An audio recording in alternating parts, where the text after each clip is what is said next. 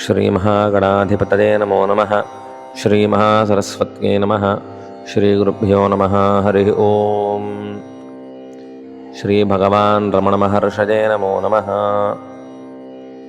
మనం చెప్పుకుంటున్నటువంటి భగవాన్ రమణులు చెప్పినటువంటి కథల్లో రామాయణ గాథలు చెప్పుకుంటున్నాను. శ్రీరామ అవతార సమాప్తి గురించి భగవాన్ రమణులు గొప్ప విధానంలో దాన్ని వివరించారు. దానికి సంబంధించినటువంటి కథ చెప్తున్నాను, జాగ్రత్తగా విను. రాముడు రావణ సంహార కార్యం అయిపోయిన తర్వాత ఇంక తిరిగి వైకుంఠానికి వెళ్ళాలన్న మాట అన్న విషయాన్ని మరిచి ఉంటే దేవతలంతా కూడా ఆలోచించి యమధర్మరాజుని పంపించారట. ఆయన వారి పరివారంతో ఒక సన్యాస వేషంలో వచ్చిన పని ముగిసింది, మీరింక స్వర్గానికి దయచేయండి అని అన్నారటండి వినయంగా.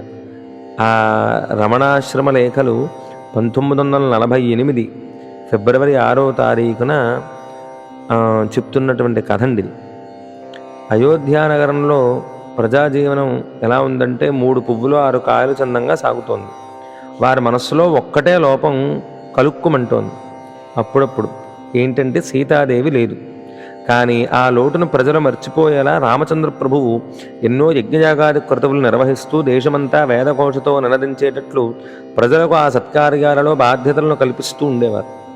రావణ మారీచాది రాక్షసులను ఎందరినో సంహరించి దుష్ట శిక్షణను అహల్య, గుహుడు, శబరి, విభీషణుడు, సుగ్రీవుడు వంటి వాళ్ళను అనుగ్రహించి శిష్టరక్షణను అశ్వమేధాది క్రతువులను నిర్వర్తించి ధర్మ సంస్థాపనను చేశాడు ఆ రామచంద్రమూర్తి. ఇలా వైకుంఠనాథుని భూలోక అవతరణ కార్యం సంపన్నమయ్యి దేవతలంతా నారాయణుడు తిరిగి ఎప్పుడు వైకుంఠానికి వస్తాడని ఎదురు చూస్తూ ఉండగా రాములు వారికి ఇంకా సంకల్పం కలిగినట్టుగా లేదని, మరిచిపోయారేమో గుర్తు చేద్దామని త్వరపడి ఆ బాధ్యతను యమధర్మరాజు గారికి అప్పగించారు. ఆ యమధర్మరాజు ఓ బ్రాహ్మణుడు వేషం కట్టాడు. ఒక దాంట్లో యతి వేషం అని ఉన్నది. ఆయన రామచంద్రమూర్తి మందిరానికి వెళ్ళాడు. ప్రభువులతో ఏకాంతం కోరాడు. చర్చించే విషయం దేవరహస్యం కాబట్టి ఎటువంటి అంతరాయాన్ని సహించేది లేదు అని చెప్పాడు.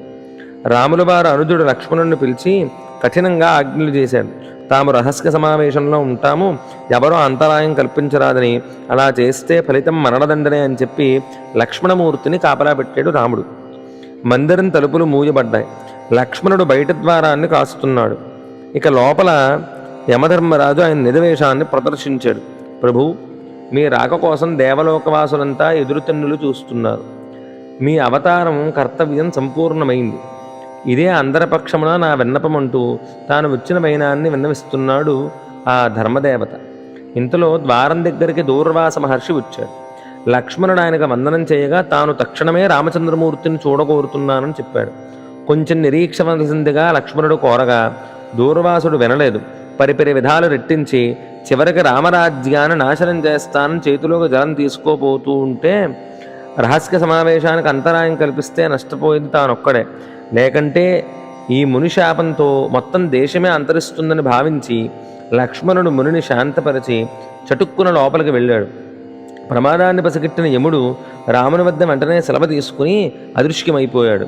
లక్ష్మణుడు తాను అవసరంగా ప్రవేశించిన కారణాన్ని వివరించాడు. రాములు వారు మునిని ఆహ్వానించి అతిథి మర్యాదలు చేసి పంపించాడు.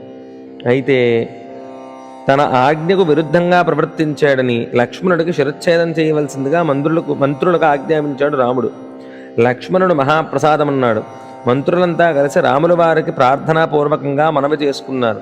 లక్ష్మణుడి కార్యం అనుచితం కాదు, దేశ ప్రయోజనాన్ని దృష్టిలో ఉంచుకుని చేసినదే కాబట్టి మన్నించి వదిలిపెట్టాలని అంటే రాములు వారు అన్నారట, ఇప్పటిదాకా నేను ఎప్పుడూ చెప్పిన మాట వెనక్కి తీసుకోలేదు. అలా అయితే దేశ బహిష్కారం మరణదండనతో సమానం కాబట్టి దానితోనైనా సరిపెట్టండి అని నచ్చజెప్పగా రామచంద్రమూర్తి సరే అన్నాడు. వెంటనే కుశలబులకు పట్టాభిషేకం ఏర్పాట్లు చేయించి తాను పరమపదానికి సంసిద్ధుడైనాడు రామచంద్రమూర్తి. అప్పుడు మీ వెనకాతలే మేము అన్నారటండి మంత్రి, పరిజన, పౌరులు అందరూ కూడా. రాజలాంఛనాలన్నీ పరిత్యజించారు రామచంద్రమూర్తి. మౌనముద్రను దాల్చి సరయోనది వైపుగా పాదచారిగా నడవడం మొదలుపెట్టాడు. అయోధ్య అంతా ఆయన అనుసరించగా సరయూతటాన్ని చేరిన ప్రభువు కడసారిగా నదీమ తల్లిని పూజించి అర్ఘ్యం సమర్పించి నీటిలోకి దిగి అంతా చూస్తూ ఉండగానే 4 భుజాలవాడైనట్టండి. భరత శత్రుఘ్నులు అంతర్హితులు కాగా శంఖచక్రాది లాంఛనాలన్నీ వచ్చి చేరే. నీలమేఘశ్యాముడు నీర్జరాల్లో లీనమయ్యాడు. జై శ్రీరామ్ అంటూ జనసందోహం చేసిన నినాదంతో వైకుంఠం ప్రతిధ్వనించగా ఆ లోకవాసులకు తమ నాథుని ఆగమన వార్తలు తెలిసి పులకించారు. ప్రజాసముద్రం సరయోనదితో సంగమించగా ఆ తల్లి వెలార్చిన బాష్పములు వెల్లువైనాయి అని ఎంతో కన్నీరు మున్నీరు అయ్యారటండి. అంతటి మహామనిషి మర్యాదా పురుషోత్తముడు రామచంద్రుడు ఈ భూమిని విడిచిపెట్టి వెళ్ళిపోయాడే అని ఎంతో బాధపడ్డాట రమణ మహర్షి. నిజమే కదండి. అంతటి మహానుభావుడు రామచంద్రమూర్తి ఉండగా మనం ఒక్కసారైనా మన జీవితంలో చాలామంది అనుకుని ఉండవచ్చు, అయ్యో రాముడు కాలంలో పుట్టుంటే బాగుండు, రాముడిని కళ్ళతో చూసుంటే బాగుండు అని. అటువంటి గొప్ప విశేషము రామచంద్రమూర్తి వెళ్ళిపోయాడని రమణ మహర్షి చిన్నపిల్లాడు బాధపడినట్టుగా బాధపడ్డట్టండి. అటువంటి గొప్ప ఘట్టాన్ని రమణులు సెలవిచ్చారు. అటువంటి విషయం మనం చెప్పుకోవడం అంతా కూడా కేవలం భగవాన్ రమణుల అనుగ్రహం, ఆ రామచంద్రమూర్తి అనుగ్రహమే.